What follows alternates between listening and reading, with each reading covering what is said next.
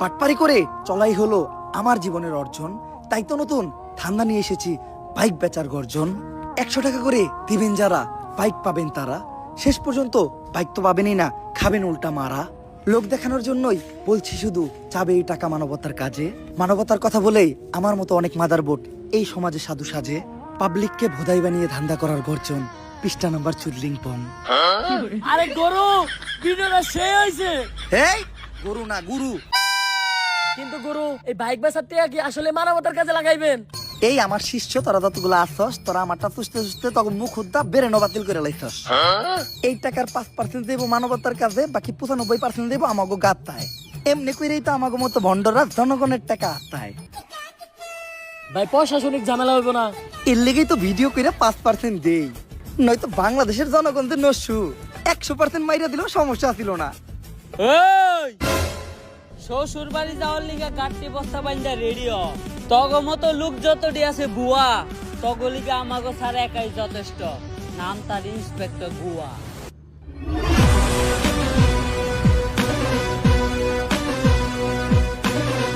অগর গাড়িতে বর। স্যার আমগো তো গাড়ি নাই। তাইলে ওরা হুন্ডায় উঠা। হুন্ডাও তো নাই। তাহলে একটা কাম কর, অটো ডাক দে। অটোর ভাড়া বাদ দে, আর এমনি ধর।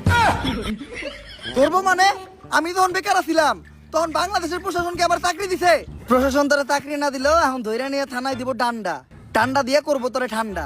ঠান্ডা যদি জায়গায় বেজায় লেগে যায় তাইলে ফাইটাও যাইতে পারে তোর 2টা আন্ডা। তাই কথা বাদ দিয়ে চুপচাপ থানায় চল। আর ধর শিষ্য, যাতে হাইলা দৃশ্য, গুরের থিয়া তখনই পালাইলা যখন গুরু হয়ে গেল নিঃস্ব।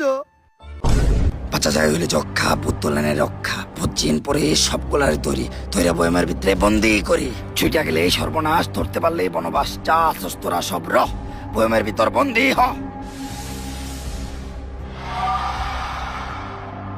নে কালা জাদু কাম করে নাই, তাই কলা জাদু দিয়ে ওরে বন্দি করছি। আমার 100 সার্কিটের জীবনের বিনিময়ে আমি ওরে বন্দি করছি। ও যেন কোনো মতে মুক্ত না হয়। যদি ও আবার মুক্ত হয়ে যায় তাহলে ও সব শেষ করে দিব।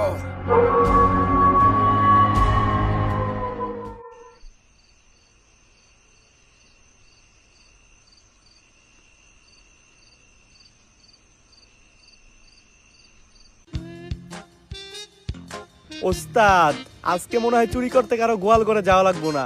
আজকে রাতের ব্যবস্থা মনে হয় হয়ে গেছে। কেমনে? আরে ওস্তাদ, জন্মের পর থেকে চুরি করেন এইটুকু বুঝেন না? ও যেমনে ব্যাগটারে সামলায় নিয়ে যাইতেছে, গ্যারান্টি এই ব্যাগের ভিতরে দামি কিছু একটা আছে। আবল তাবল কথা কইতাছস। স্পেনের লগে হারার পরে সুয়ের সামনে আর্জেন্টিনার সাপোর্টার গুলা পাগল হয়ে যাইতাছে। এই ব্যাগে বলে দামি কিছু থাকবো? যা। তাইলে লাগান বেট, আপনি জিতলে যা চাইবেন তাই।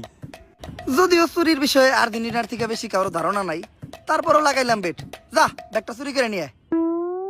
কিন্তু ওস্তাদ, আপনার মতো সিনিয়র থাকতে আমি যাবো কে? আর্জেন্টিনা কি করে? চুরি। আমগো দুজনের ভিতর আর্জেন্টিনার সাপোর্ট কে করে? আমি।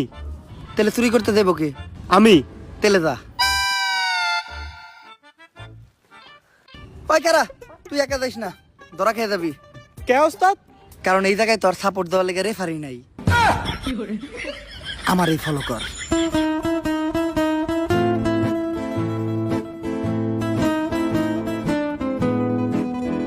কোনো জায়গায় যাওয়ার সময় যদি হাতে ব্যাগটা থাকে তাহলে ওই ব্যাগটা কোনো জায়গায় রাইখা একটু মুইতা নিলে ভালোই লাগে। ঠিকই কইছেন ভাই।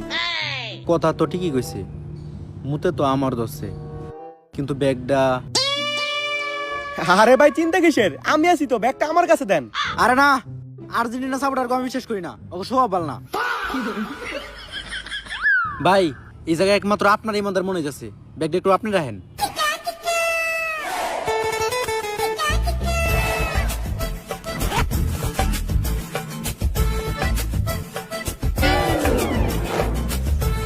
গুখায় সব মাছেই নাম ওই খালি পাঙ্গাসের। এই এটা নিস না, ও যদি একবার মুক্ত হয় তোরা সবাই ধ্বংস হয়ে যাবি, কেউ বাঁচবো না। ওস্তাদ খুলেন, আমি শিওর ভিতরে দামি কিছু একটাই পামু।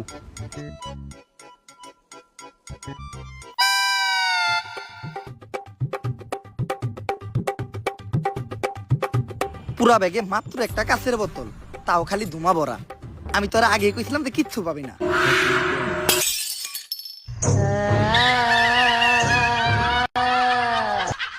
ওস্তাদ আপনি তো বাজিতে জিতে গেলেন, এখন কোন আপনার কি চাই?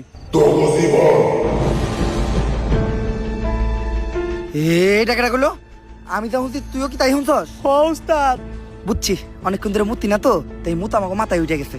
একটু মুতলেই সবকিছু ঠিকঠাক হয়ে যাইব।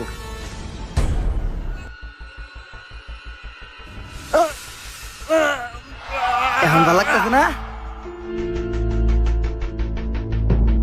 সুরা সুরা না না